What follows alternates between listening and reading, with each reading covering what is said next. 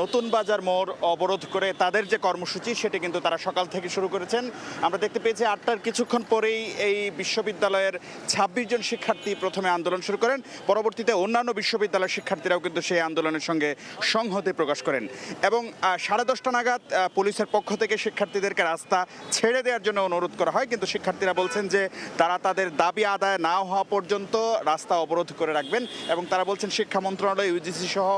সংশ্লিষ্ট সব দফতরে আসলে তারা যোগাযোগ করেও তাদের সমস্যা সেটির সমাধান না হয়, অর্থাৎ বহিষ্কার আদেশ প্রত্যাহার না হয়, তারা কিন্তু তাদের দেয়ালে পিঠ থেকে যাওয়ায় তারা এই কর্মসূচি নিয়েছেন এমনটি কিন্তু তারা বলেন এবং তারা তাদের অবস্থান থেকে সরে যাওয়ার যে বিষয়টি সেটি তারা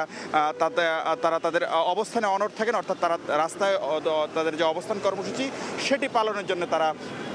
বসে থাকেন। পরবর্তীতে আমরা দেখতে পেয়েছি পুলিশের পক্ষ থেকে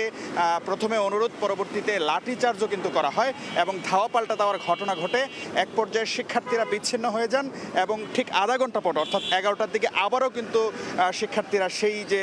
অবরোধ কর্মসূচি সেটি শুরু করেন এবং এই অবরোধ কর্মসূচির ফলে কিন্তু পুরো এলাকার যে